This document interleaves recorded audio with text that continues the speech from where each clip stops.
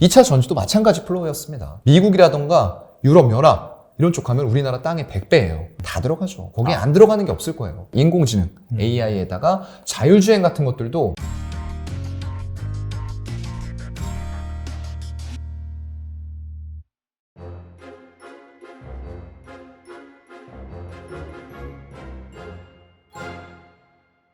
그렇다면 지금 2차 전지, 그 다음에는 과연 네. 어떤 주식들이 주도주가 될 수 있을지 혹시 차장님께서 보고 계신 그런 네. 주식인지 궁금합니다.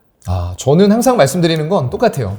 뭐 시장이 좋을 때나 안 좋을 때나 항상 4차 산업과 관련된 곳들을 봐라. 결국에는 주식은 저는 성장에 대한 기대감이 반영이 되고 그게 실제로 숫자로 이어질 때 한 번 더 주가가 펌핑한다라고 생각을 해요. 2차 전지도 마찬가지 플로우였습니다. 예전에 에코프로비엠 이런 쪽에서 2차 전지 한다라고 했을 때 소재, 이거 뭐 PER 100배, 200배 가고 이랬고 이걸 사기라고 하는 사람도 많았어요. 갑자기 뭐 기술력도 없는 데에서 이런 것들을 한다라고 하니까. 근데 그 회장님 보면은 이슈가 좀 있었긴 했지만 어쨌건 간에 기술력을 굉장히 꾸준히 오랜 시간 동안 투자를 해오시면서 결국 최고의 양극재를 만들 수 있는 기술을 이뤄냈다는 거죠. 그게 저는 조금 뚝심 있게 해서 뽑아낸 게 굉장히 중요하다고 생각을 하고요. 그럴 기업들이 앞으로도 많을 것 같아요. 다만 그 옥석을 가릴 수 있는 여러분들의 눈이 필요한 거죠. 그래서 저도 그게 정확히 100% 될지 안 될지 모릅니다. 하지만 그런 기업들을 찾기 위해서 이런 디테일한 투자 공부를 해나가는 거예요. 저도 마찬가지입니다. 여러분과 같은 입장이에요. 네. 이런 기업들을 찾는 게 결국에는 투자의 진정한 가치가 아닐까라고 생각을 하는 거고요. 그런 관점으로 봤을 때는 결국 또 4차 산업일 것 같아요. 요즘에 뭐 움직이죠, 여러분?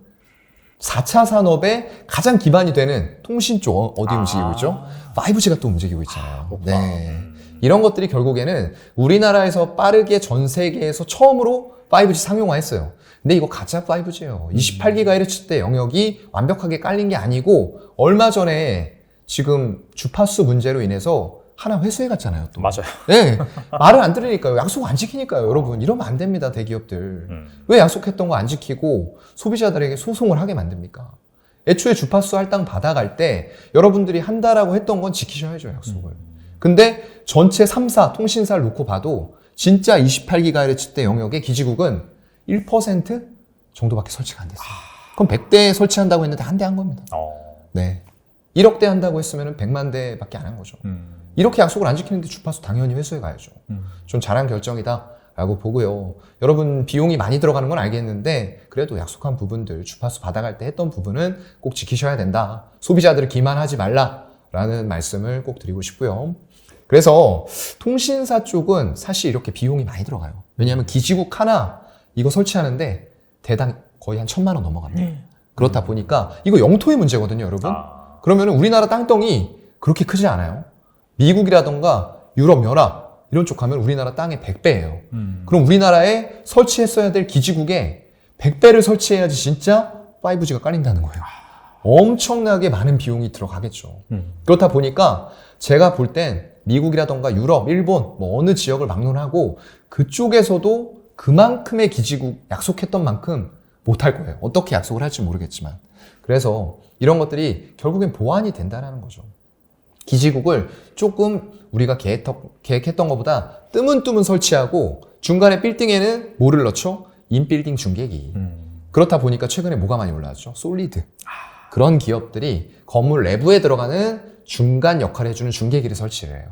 그래서 이런 곳들이 지금 각광을 받고 있는 거고요. 거기다가 음영지역, 건물이 아니고 그냥 오지 쪽인데 이런 데에서도 우리 지금 일론 머스크가 통신위성, 저궤도 위성 쏘아 올려가지고 전 세계에서 음영지역 없이 인터넷, 초고속 인터넷 사용하게 해주겠다라는 거잖아요. 결국엔 그거보다 더 큰 꿈을 꾸고 있겠지만 지금은 그건데 5G도 마찬가지예요. 음영지역 없이 사용하게 해주는 게 결국에는 이노와이어리스나 이런 쪽들에서 하는 스몰셀 이런 역할들을 이런 셀들을 중간중간에 붙여줘가지고 전파를 더 증폭시켜주고 강화시켜서 5G처럼 사용할 수 있게 해주는 그런 역할들을 해주는 거죠.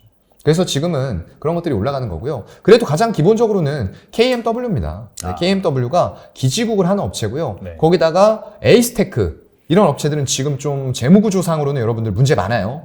이거는 이해하고 들어가셔야 되고요. 근데도 불구하고 결국에는 단기간에 좀 많이 올라온 것도 맞아요. 왜냐하면 이게 기대감이에요, 아직은. 왜냐면 사우디 이런 쪽들도 네옴시티 650조에서 700조짜리 도시 짓는다라고 하는데 거기에 5G 안 들어가겠습니까? 다 들어가죠. 거기에 안 들어가는 게 없을 거예요. 그렇기 때문에 모든 업종의 모든 섹터가 다 사우디 테마예요, 그냥. 근데 여러분들이 이제 옥석 가리기는 할 필요가 있는 거겠죠. 그래서 이런 쪽들이 올라오는 거고요. 결국 이게 갖추어진다. 5G가 완벽하게 갖추어진다라고 했을 때는 무슨 산업이 발전이 되겠습니까? 4차 산업이에요, 여러분들. 그렇다고 하면 인공지능, AI에다가 자율주행 같은 것들도 아까 제가 테슬라에서 하고 있는 카메라의 한계 분명히 말씀드렸습니다. 그래서 구글의 웨이모라는 차량, 그 자회사가 있거든요. 거기가 주행거리 엄청 많이 보유하고 있었는데 테슬라가 차량을 많이 팔기 시작하면서 빅데이터로 실제 주행거리들이 많이 확보가 된 거죠. 근데 카메라만 갖고 하니까 자꾸 사고가 나는 거예요.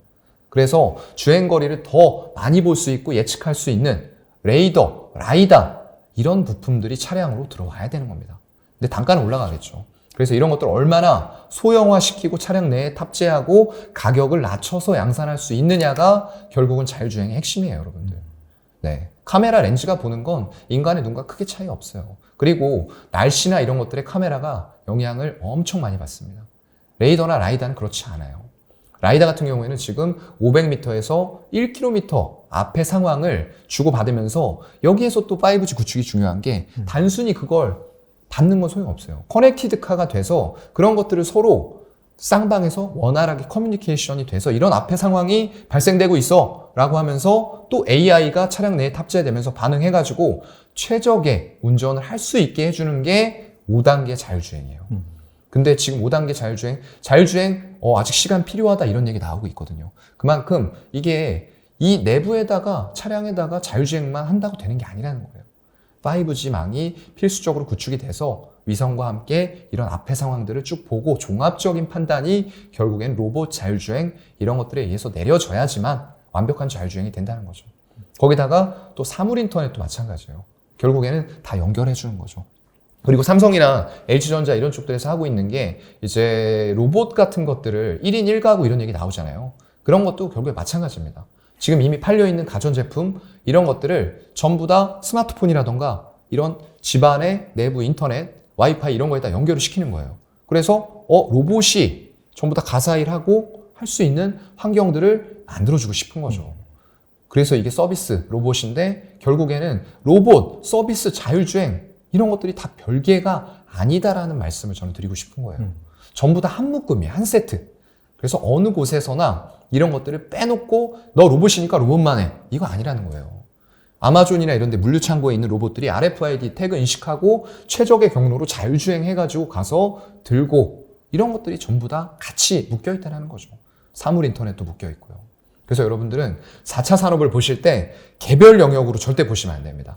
모든 걸 다 묶어서 이거는 한 몸이고 한 묶음이다 라고 생각을 하시면서 이 로봇의 뭐 스마트 팩토리라던가 뭐 AI, 인공지능, 메타버스, 자율주행 이런 게 다 같이 묶여져서 갈 수 있는 기술이고 또 5G에서는 메타버스라던가 아까 말씀드렸던 NFT 이런 쪽들이 또 파생이 되겠죠.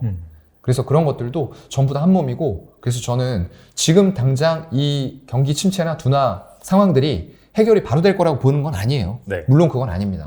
하지만 그것도 결국 시간이 지나면 해결이 돼요. 그리고 우리는 더욱더 진보된 기술을 찾아서 우리 인간 생활의 편의를 높일 수 있는 방향으로 계속 발전한다는 거죠. 그런 과정에서 4차 산업의 물결은 필수적으로 우리 생활로 다가왔다 이미. 여러분들 밖에 나가서 보시면은 이미 서비스 로봇 쪽에서 예전에 산업용 로봇이 있으면 우리가 그 안에서 일하는 근로자라던가 그걸 만드는 직종이 아니면 그걸 사실 로봇을 볼 기회가 별로 없었죠. 맞아요. 근데 지금은 여러분들 식당 가보세요. 서빙 로봇 오죠. 닭이 뭐 로봇이 닭 튀기고 있죠. 다 하고 있어요. 네, 음식도 만들고 뭐 피자도 만들고요. 이런 게 우리 실생활로 이미 들어온 거예요. 그걸 여러분들이 체감적으로 느끼면서 투자를 하셔야지 난 이거 지금 아닌 것 같은데 조금 더 로봇 시장 완벽하게 개화하고 1인 1가구 되면 살래. 그럼 주가 어디가 있죠? 10배가 있겠죠. 이런 게 중요한 겁니다. 실생활에서 내가 얻는 아이디어로 투자를 디테일하게 만들어가자. 오늘 디테일이 많이 나오는데 그만큼 디테일이 네. 투자에 있어서 여러분들 중요하기 때문에 제가 이 말씀을 드리는 거예요. 겉핥기식으로 하면은 투자를 내가 결정을 하기도 어렵고요. 투자를 했을 때에도 이걸 더 가져가야 될지 말아야 될지 팔아야 될지 이게 계속 고민이 되는 거예요. 그렇기 때문에 디테일하게 공부하십시오. 네, 알겠습니다. 네. 뭐 다가올 미래, 뭐 AI 그다음에 뭐 로봇, 그다음에 자율주행 이런 것들이 성장하기 위해서는 네. 꼭 선행돼야 되는 것이 네, 특히 불확실하기 맞아요. 때문에 이제 그런 차원에서 말씀해 주신 거니까 잘 지켜보시면 좋을 것 같습니다. 네. 지금까지 뭐 좋은 그런 뭐 투자 아이디어라든지 네. 그다음에 볼만한 기업들 소개시켜 주셨는데